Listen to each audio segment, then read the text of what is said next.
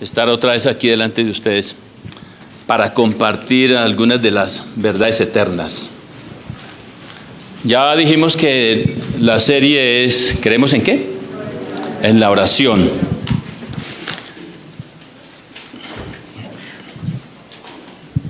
Ya vimos hace 8 días la primera parte de la oración, Padre nuestro que estás en el cielo, y podemos resumir que Dios es nuestro Padre, que está en el cielo y que está en el corazón de quienes le buscamos. Y cuando hablamos de santificado su nombre, recuerdo que Abdías hablaba de reflejar en nuestras vidas la santidad de Dios. Hoy nos corresponde la segunda y tercera petición, porque en últimas el Padre Nuestro es una forma que el Señor Jesucristo enseña cómo pedir. Por eso el sermón lo he titulado, ¿cómo? Sí leyeron, ¿no? Pidiendo convenientemente. Yo quiero imaginar a Jesús caminando por una de esas colinas allá en el pueblo de Israel. No son tan altas las colinas, de tal manera que él iba caminando y una gran multitud de gente le seguía. Imagino que los que le seguían, no tan de cerca, porque los que estaban bien cerca de él eran sus discípulos, pues eran de pronto personas amigas de los discípulos, gente que le seguía de pronto por curiosidad, porque sabían que había hecho unos milagros y porque de pronto hablaba interesante. Pero así que le siguieran porque quisieran intimar con él, no necesariamente muchos, pero sus discípulos estaban ahí y Jesús aprovechó la ocasión, se subió a una de las colinas y da un discurso muy interesante que nosotros lo tenemos identificado como el Sermón del Monte. Dentro de este discurso, cuando el Señor Jesús observa que la gente no sabe orar, que grita para que los demás lo vean, que como que sí ora, que hacen mucha bulla, pero no piden delante de Dios, sino para que sean observados, entonces piensa seguramente, imagino yo, bueno, vamos a enseñarles a orar. Y algunos de los discípulos de pronto le dicen un evangelio diferente a Mateo: Señor, enséñanos a orar. Y entonces él les hace la oración. Quiero que la miremos o la leamos en esta mañana, que está en Mateo 6. Si usted no tiene Biblia, levante la mano y le compartimos alguna. Mateo 6, los versículos 9 en adelante. Estoy leyendo la Nueva Traducción Viviente. Dice: ora de la siguiente manera: Padre nuestro que estás en el cielo, que sea siempre santo tu nombre, que tu reino venga pronto, que se cumpla tu voluntad en la tierra como se cumple en el cielo. Danos hoy el alimento que necesitamos y perdónanos nuestros pecados, así como hemos perdonado a los que pecan contra nosotros. No permitas que cedamos ante la tentación, sino rescátanos del maligno. Muchas veces usted y yo hemos declamado, si se puede decir, esta oración. Sobre todo en los funerales, eso no se rebaja, esta oración, la gente la repite y a veces nosotros mismos la hemos repetido. Pero me surge una pregunta y es: ¿qué tanto nos hemos inquietado en pensar qué había en la mente de Jesús cuando les enseñaba a orar de esta manera? Así que observemos la segunda y la tercera petición que nos corresponde en el día de hoy: que tu reino venga pronto, que se cumpla tu voluntad en la tierra como se cumple en el cielo. Que tu reino venga pronto. ¿A dónde? ¿Cuándo? ¿Cómo? ¿En qué consiste? ¿Quiénes son sus ciudadanos? ¿Es una petición presente o es una petición futura? Algunos creyentes creen que el reino de los cielos es una realidad solamente espiritual y presente. Quiero decir, los que ya están con el Señor y los que vamos a estar con Él. Algunos otros creen que el reino de los cielos es una realidad futura y física aquí en la tierra cuando Jesús regrese. Pero observemos qué nos dicen las Escrituras. Mateo 12:28, vamos a mirarlo. Pero quiero decirles, Mateo menciona aproximadamente 33 veces el reino de los cielos. Los otros evangelistas lo mencionan mucho menos veces, hablan del reino de Dios. En últimas es un sinónimo, reino de Dios, reino de los cielos, es lo mismo.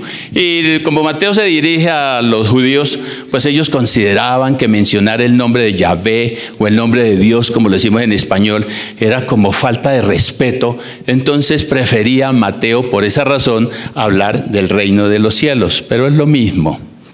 Mateo 12:28, cuando los fariseos le dicen o critican a Jesús y le están diciendo que él expulsa a los demonios por el poder de Belcebú.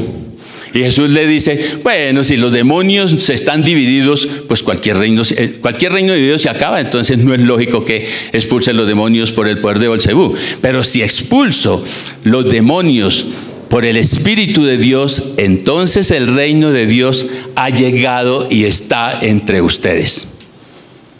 Así que el reino de Dios es una realidad presente. Ya ha sido inaugurado. Pero surge la pregunta también, ¿dónde está su trono? ¿En qué consiste? Lucas 17:21 manifiesta, el reino de Dios ya está entre ustedes. Lo dice Jesucristo. Lo que quiere decir, si está entre ustedes, está entre nosotros, ya está en el corazón de los creyentes ejerciendo su soberanía. En el corazón donde Satanás antes era el rey, donde reinaba el pecado. Está en el corazón del creyente porque ya Cristo ha desplazado y ahora está en el corazón donde Cristo reina. Ahí está el reino de Dios. En el corazón liberado del pecado y de la muerte eterna.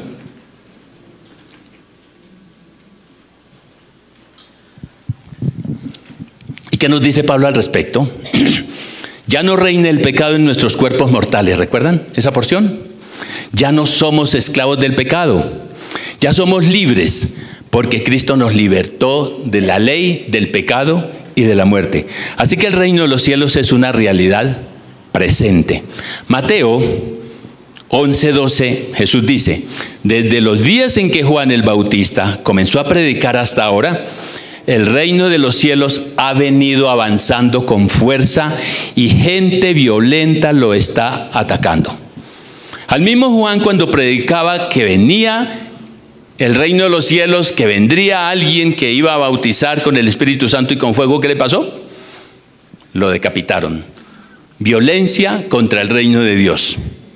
A Jesucristo, ¿cómo lo trataron? Ya todos lo sabemos. A los discípulos, ¿cómo los estaban tratando? Ya lo podemos imaginar, o los que hemos leído las Escrituras sabemos el maltrato que recibieron, porque es el reino de las tinieblas oponiéndose al reino de la luz. Así que el reino de la luz está en guerra contra el reino de las tinieblas. Es una guerra espiritual. Nosotros aquí no utilizamos mucho el término guerra espiritual, porque en otras partes lo utilizan de tal manera que a veces uno no encuentra sentido, pero realmente es una guerra espiritual entre el reino de las tinieblas y el reino de la luz. Porque ¿cuántas veces usted ha sufrido burlas, a ver si hay muchachos, en el colegio, en la universidad, por ser cristiano y pertenecer al reino de Dios? Ahora, si es que lo saben, porque si no saben que usted es cristiano, pues está exento de sufrir eso. ¿O cuántas veces usted se ha sentido rechazado por sus padres, muchachos? Por su cónyuge, cuando el cónyuge no conoce al Señor, por sus hijos o por sus amigos cuando le cuentan que ahora Jesús es el Señor de su vida. Así que el reino de Dios es una realidad presente. El reino de los cielos también es una realidad futura. Ya se ha inaugurado y avanza poderoso contra el reino de las tinieblas. Pero está pendiente algo muy especial, que es la consumación del reino. ¿Qué quiero decir con consumación? Lo explico con un ejemplo. Cuando usted se matriculó en la universidad, o iba para la universidad, va y se inscribe, todavía no pertenece a la universidad, Todavía no es estudiante, todavía no ha sido consumado esa calidad de estudiante. Cuando usted va y se presenta a una entrevista, paga la matrícula, de pronto ya tiene el carné, pero no ha entrado a clase, usted no puede sentirse todavía que es estudiante de esa universidad. Hasta cuando ingresa ya como estudiante a las mismas instalaciones, lleva sus libros, ahí sí ya es consumado ese acto, ya usted es estudiante de la universidad. Eso es lo que esperamos que suceda con el reino de los cielos. Un día será consumado, y eso también es una realidad. En Marcos 14:25, Jesús, celebrando su última cena, le dice a los discípulos: les digo la verdad, no volveré a beber vino hasta el día en que lo beba nuevo en el reino de Dios. Va a suceder cuando Cristo regrese, pero entre tanto, ¿quién es el Dios de este mundo? ¿Qué dice la Escritura? Satanás es el Dios de este mundo. Entonces existen dos reinos: el reino de la luz y el reino de las tinieblas. Cada uno tiene su rey, cada uno tiene unos valores que se oponen, características que lo diferencian muy bien el uno del otro. Y en Mateo 13:38, el Señor Jesús, cuando explica la parábola del sembrador, a uno los llama como los hijos del reino y a otros los hijos del maligno. De tal manera que pensamos diferente, hablamos diferente y obramos diferente. Hay diferencia grande entre los dos reinos. Los reinos funcionan con valores opuestos. En el reino de la luz, el que quiere ser primero, ¿qué tiene que hacer? Colóquese de último. Si Dios me promueve o le promueve a usted a ser el mayor, ¿qué debe hacer? Servir a los demás. Si quiere ganar la vida, ¿qué debe hacer? Estar dispuesto a perderla. Si quiere ganar, tiene que entregar. Es totalmente opuesto. Parece un reino raro, ¿no les parece? Y es muy raro para aquellos quienes no pertenecen al reino de la luz. En Efesios 5:8, Pablo nos dice: porque ustedes antes eran oscuridad, pero ahora son luz en el Señor. Vivan como hijos de luz. Demuestren que pertenecen al reino de los cielos. Y eso se hace viviendo diferente, pensando diferente, obrando diferente, tratándonos de manera diferente. Así que los hijos del reino vivimos en medio del reino de las tinieblas. Pero afortunadamente no va a ser así siempre. Cuando regrese nuestro rey, será totalmente diferente. En Apocalipsis 11:15 dice: ahora el mundo ya es el reino de nuestro Señor y de su Cristo, y Él reinará por siempre y para siempre. Vuelvo a leerlo. Lo vuelvo a leer porque a mí me llamó mucho la atención este versículo. Ahora el mundo ya es el reino de nuestro Señor y de su Cristo, y Él reinará por siempre y para siempre. Es el mismo reino que Satanás le ofreció a Jesucristo allá cuando le tentaba y le decía: mira, todo esto te daré, sin sufrimiento, sin cruz, pero a cambio de que nada más se incline y me adore. Eso quiere decir, Satanás es el reino de este mundo y a él le pertenece. Cuando él regrese, cuando el Señor Jesucristo regrese, establecerá su reino eterno y físico, como lo registra Apocalipsis 20. ¿Recuerdan Apocalipsis 20? Si no lo recuerdan muy bien, les invito a que lo lean cuando termine acá. Pero él habla del reino de los cielos establecido aquí en la tierra, con una dimensión presente y una dimensión futura. ¿Cuál es la dimensión presente que podríamos pensar en el día de hoy? Que Cristo reine y crezca en mí.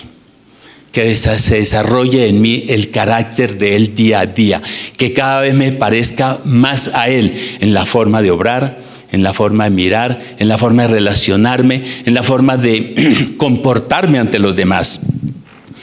Que ese viejo hombre vaya quedando atrás y se evidencie el Hijo de la Luz. Así que cuando pido, venga tu reino, estoy anhelando que una nueva creación, una persona regenerada, una nueva persona, sea evidente ante los demás.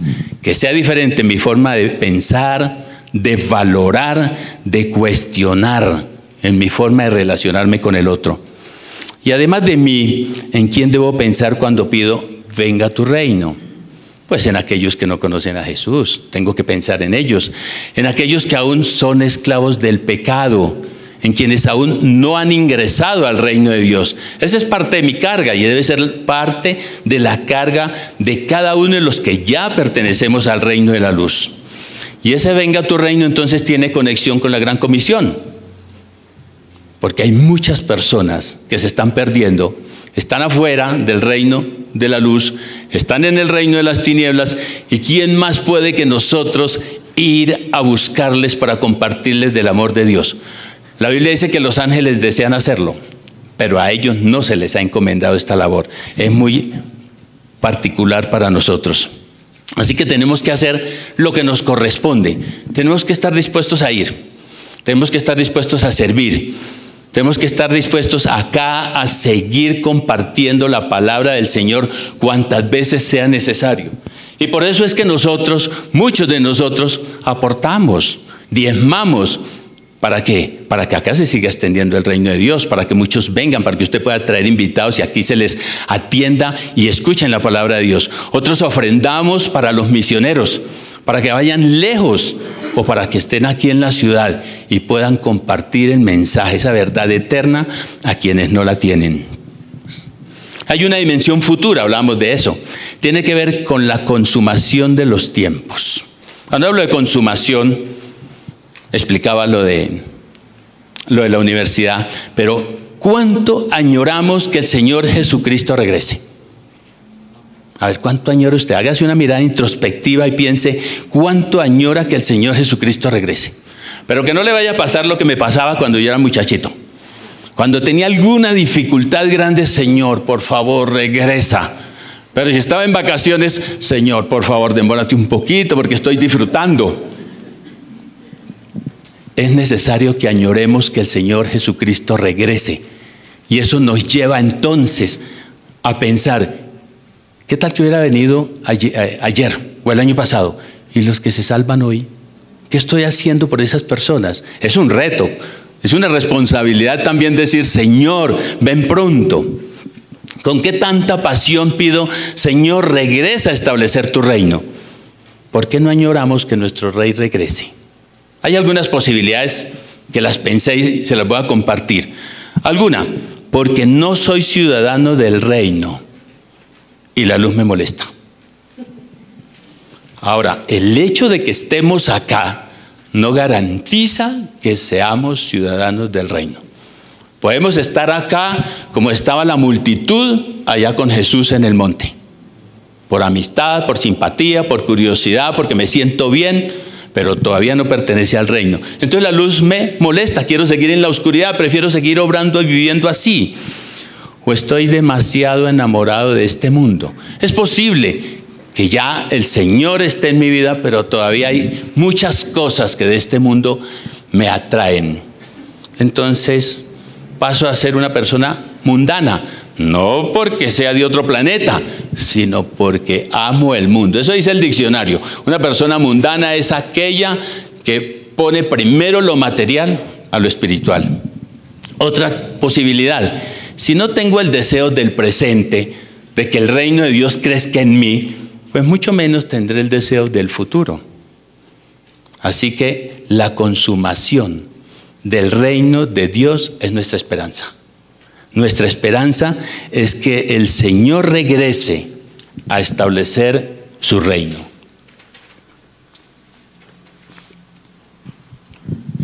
Tenemos que pedirle al Señor que nos despierte ese deseo de establecer el reino de Dios en nosotros, que sigamos creciendo en la gracia y en el conocimiento de Él. Y la iglesia brinda una serie de opciones.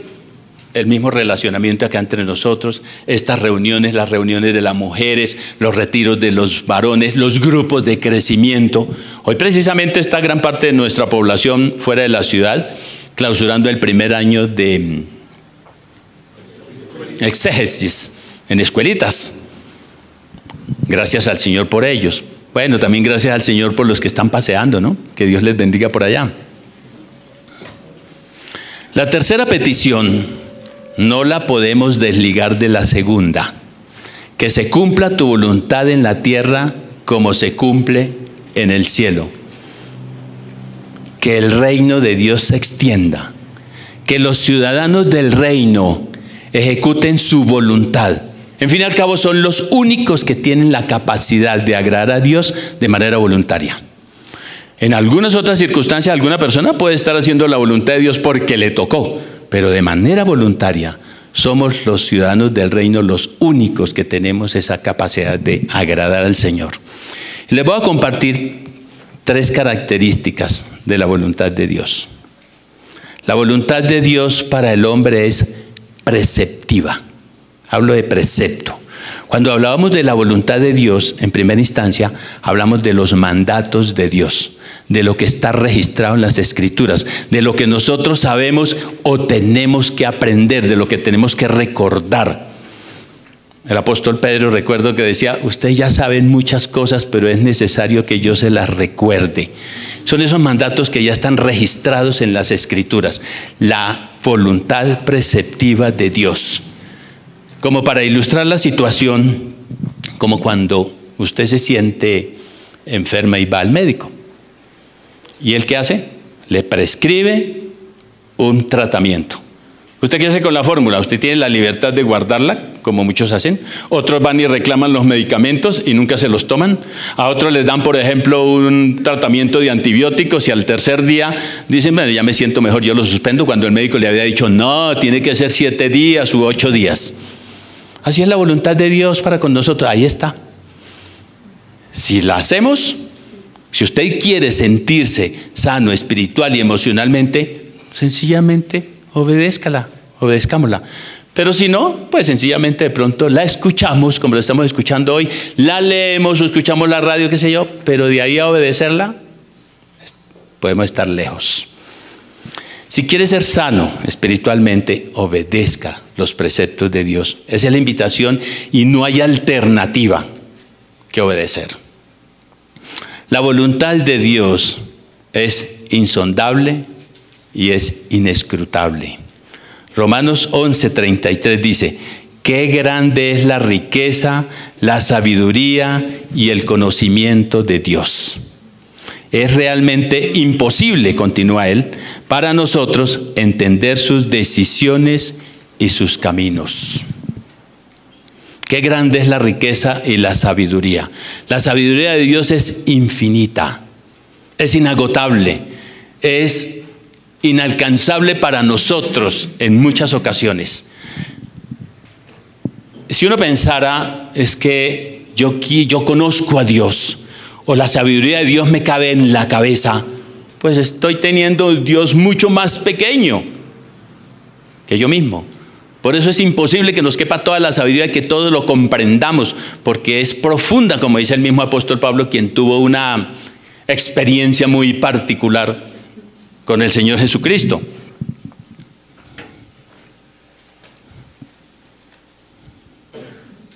Es realmente imposible para nosotros entender sus decisiones y sus caminos.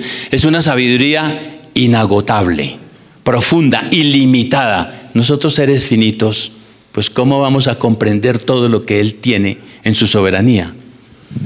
¿Usted alguna vez ha escuchado o ha dicho a alguien, ha escuchado a alguien o usted lo ha dicho, en algún momento de frustración, a Dios no hay quien lo entienda? ¿Sí nos lo han escuchado? Pues cuando la persona frustrada dice a Dios no hay quien lo entienda, pues es sencillamente porque es cuando Dios no le permite hacer algo que a Él le agrada y choca la voluntad de la persona contra la voluntad de Dios. De pronto podría decir mejor, yo no entiendo cuando Dios no me permite hacer lo que me da la gana. Y ahí sí choca la voluntad nuestra contra la voluntad de Dios. Como la mamá cuando le dice al hijo, recuerde que tú no puedes hacer tal cosa, está prohibido. ¿Pero por qué, mamá? Porque no, está prohibido, ya le he explicado, pero es que no entiendo. ¿Qué parte del no entiende? Le puede decir la mamá. O como la persona que visita, alguno de nosotros, Va y visita a un enfermo o visita a alguna persona atribulada, le lleva un mensaje de consuelo, le dice, mire, yo entiendo que usted está enfermo o que usted está quebrado, que usted está sin trabajo, pero comprenda que la voluntad de Dios es buena. La voluntad de Dios es agradable, la voluntad de Dios es perfecta. Y es la misma persona que en un momento dado, cuando se está chocando contra la voluntad de Dios, dice, a Dios no hay quien lo entienda. ¿No le ha pasado? A mí me ha pasado de pronto. La voluntad de Dios es inquebrantable. Isaías 48:13 dice, fue mi mano la que puso los cimientos de la tierra, mi mano derecha la que extendió los cielos en las alturas. Cuando llamo a las estrellas para que salgan, aparecen todas en orden. La voluntad de Dios va más allá de los seres humanos o los seres vivos. Anoche en Villeta, yo vivo en Villeta, hubo una tormenta eléctrica fortísima, como desde las 12 o 2 de la mañana hasta las 4, unas 2 horas o 3 horas, pero son de esos rayos que iluminan el firmamento y lo alcanzaba a ver por entre las cortinas, y unos estruendos violentísimos. Y yo recordaba cuando en los Salmos dice que Dios cabalga en las alas del viento. Y recordaba cuando Dios le decía a los vientos Jesús le decía a los vientos que se calmaran con toda la autoridad y con todo el poder, y le obedecían. Y está reconociéndolo aquí el profeta Isaías. Cuando llamo a las estrellas, está hablando de Dios, para que salgan, aparecen todas y en orden. La voluntad de Dios en los seres inanimados es completa. Los seres inanimados no se oponen a la voluntad de Dios. Se abrió el Mar Rojo, se abrió el río Jordán, permitió que Pedro caminara sobre las aguas, calmó la tempestad, etc. Pero es completa esa voluntad, es más completa que en el hombre que tiene la imagen de Dios. ¿No les parece interesante? En el hombre que tiene la imagen de Dios, la voluntad de Dios no se realiza porque el hombre decide no hacerlo. Y me surge la pregunta, ¿cómo que el hombre que tiene la imagen de Dios, capaz de comunicarse con Dios y Dios con él, se resiste a obedecer? A diferencia de los seres inanimados, o de las cosas inanimadas, o de los seres vivos, los animales. Isaías 45:9 dice, ¿qué aflicción espera a los que discuten con su Creador? Y en la Nueva Versión Internacional dice, ay del que contiende con su Creador. Y usted habrá escuchado, como yo, algunas personas que dicen, estoy bravo, estoy peleando con Dios. Los que ya hemos vivido la experiencia de pelear con Dios y salir perdiendo, decimos, bueno, tendrá que vivir esa experiencia porque ¿qué más le queda? Porque ¿qué pasa con el que pelea con el Creador por no estar dispuesto a ejecutar su voluntad, que es perfecta? Ahí podemos decir, es agradable, es buena. Termina cansado, como el pueblo de Israel en el desierto. 40 años a punta de tropiezos. Eso es mucho tiempo. Cuando hubieran podido cruzar ese desierto 3 meses o menos, no sé. Quien pelea con el Creador termina humillado como Nabucodonosor. ¿Lo recuerdan? Que terminó comiendo pasto y con la piel como de animales. Termina airado como Jonás y frustrado, bravo, porque tenía que ir a Nínive a llevarle mensaje de salvación y él quería que Nínive fuera destruido y él creía, si les llevo esta profecía, este mensaje, se van a salvar y yo no quiero que se salven. Termina derrotado como los enemigos del pueblo de Israel, que cuando Dios peleaba por el pueblo de Israel, de una manera maravillosa, imposible humanamente hablando, el pueblo de Israel vencía. La voluntad de Dios es inquebrantable y prevalece, y es lo mejor para los ciudadanos del reino y lo mejor para la humanidad. Pero si nadie puede alterar la voluntad de Dios, ¿por qué nos oponemos? ¿Por qué Dios permite que el hombre se oponga si Él tiene el poder? ¿Cuántos de nosotros obedecemos completamente la voluntad de Dios? Si yo digo levante la mano, ni yo mismo la levanto. ¿Por qué? Voy a tratar de compartir una figura para entenderlo. Observemos el comportamiento de un niño de 1 año y medio, 2 años. Él ya sabe diferenciar el sí del no. Entonces los padres, uno de los dos, le ordena algo: no coja eso. Y el niño va y lo coge. Venga, no. Entréguele el juguete a su hermanito. No. Se opone, a todo se opone. Si el padre no fuera inteligente, ¿qué haría con ese niño? Lo viviría reprendiendo o castigando no sé cuántas veces en el día. Porque a toda hora el niño generalmente está diciendo no, se está oponiendo. No lo llevaron a la escuela que aprendiera a decir no, pero ya aprendió por naturaleza a decir no. ¿Por qué usted no siempre lo obliga a obedecer si usted tiene el poder para hacerlo? Lo mismo que Dios tiene el poder para obligarnos a nosotros a obedecer. ¿Y usted por qué no lo hace? Porque usted sabe que su hijo no comprende del todo los beneficios de obedecer. Y por eso no vive castigándolo. ¿No es así? Porque usted como padre sabio comprende las limitaciones de su hijo. Él apenas está aprendiendo y por eso le permite la desobediencia. A usted no le interesa la obediencia a la ciega de su hijo, como si usted fuera el dictador. Yo tengo el poder y aquí se hace lo que yo diga. Usted busca que el carácter de su hijo sea moldeado en la medida en que entienda. Lo mismo sucede dentro del reino de Dios con sus ciudadanos. Permite que le desobedezcamos, eso sí, vivamos las consecuencias. Él quiere que le obedezcamos de una manera inteligente. Quiere que desarrollemos nuestro carácter como el de Jesús para que suframos menos. Usted no puede impedir que Dios cumpla su voluntad, pero sí puede desobedecer sabiendo que Dios tiene el derecho y el poder para ejecutarlo. ¿O no? ¿Cuántas veces no lo hacemos? Observemos. Adán, no comas. ¿Y qué hace Adán? Come. David, no adulteres. Tráiganme a Betsabé. Jonás, ve a Nínive. Y se va, pero para el otro lado. Pablo, hace el bien que sabes. Y Pablo confiesa: el bien que sé no lo puedo hacer siempre. El hombre desobedece porque cree saber y entender, pero sabe poco y entiende mal. ¿Qué tan dispuestos estamos para obedecer a Dios sin cuestionar? Finalizando, ¿qué relación existe entre la voluntad de Dios en el cielo y la voluntad de Dios en la tierra?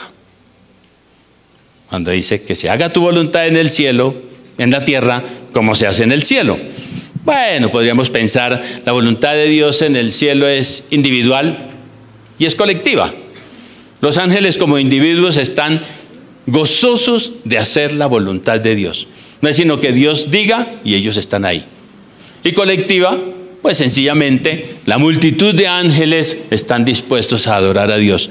Y no porque sean títeres, no porque sean robots. Acuérdese que el Satanás, ángel de luz, tenía la capacidad de decidir obedecer o no. Y desobedeció.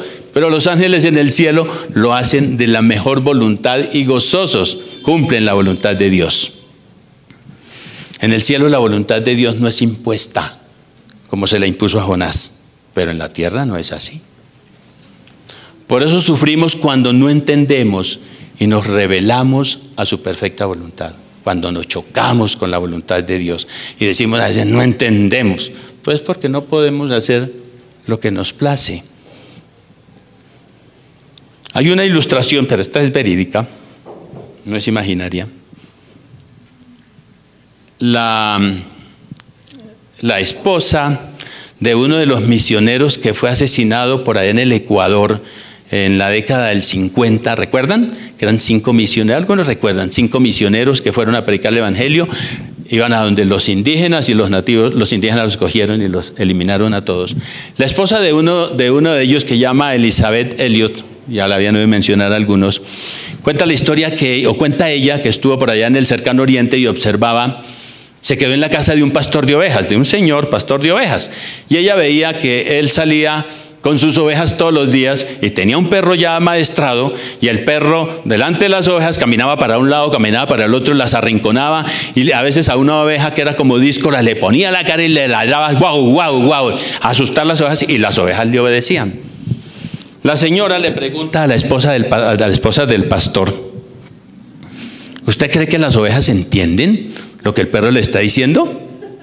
No. ¿Usted cree que el perro entiende lo que la lógica del pastor? ¿Entiende? No. Entonces, el perro simplemente está maestrado y aprendió a obedecer. Miren, estamos llamados a ser como las ovejas. Sabiamente el Señor Jesucristo nos relaciona como ovejas, ¿no? Un poco torpes, pero nos pide que seamos obedientes.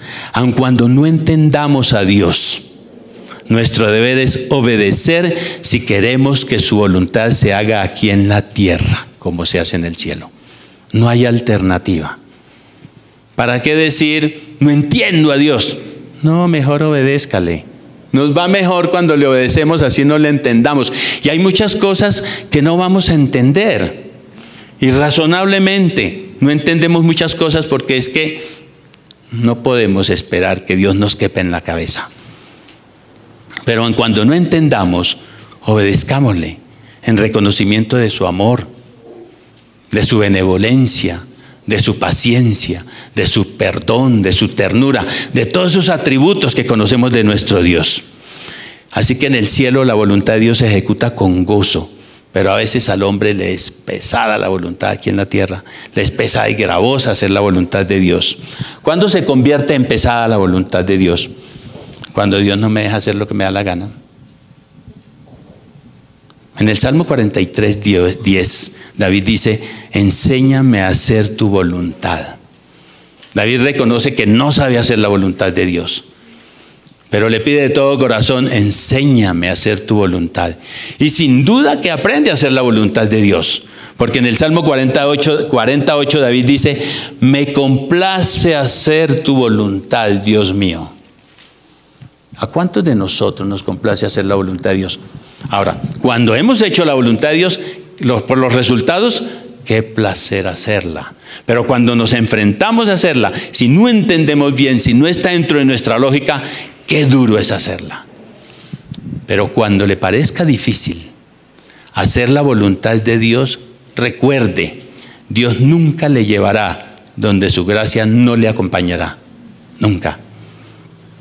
Resumiendo, ¿cómo debemos orar entonces? Pidiendo: Señor, que tu reino crezca en mí. Que tu reino se extienda en la tierra mientras tú regresas. Pero usted y yo somos los únicos que tenemos la posibilidad, el ser humano, el creyente, de extender el reino y rescatar tantas personas que están en el reino de tinieblas para que vengan al reino de la luz. Señor, ¿cómo orar? Que me deleite en hacer tu voluntad como se hace en el cielo. Y Señor, que añore la consumación de tu reino. Oremos. Padre, gracias por estos retos que tú pones a través de tu palabra en nuestros corazones. Gracias porque tú sabes nuestra debilidad, que no sabemos orar como conviene. Gracias porque tú quieres que aprendamos a comunicarnos debidamente contigo, y por eso nos dejaste este modelo, Señor, de oración, para que cuando nos dirijamos a ti lo hagamos inteligentemente, lo hagamos con sabiduría, lo hagamos conscientes de lo que estamos pidiendo. Señor, mi súplica en este día es que nos ayudes para que tu reino crezca en nuestras vidas, en la vida de mis hermanos acá presentes, para que el reino tuyo, otros participen de él, que es tu voluntad perfecta, que muchos vengan al conocimiento tuyo,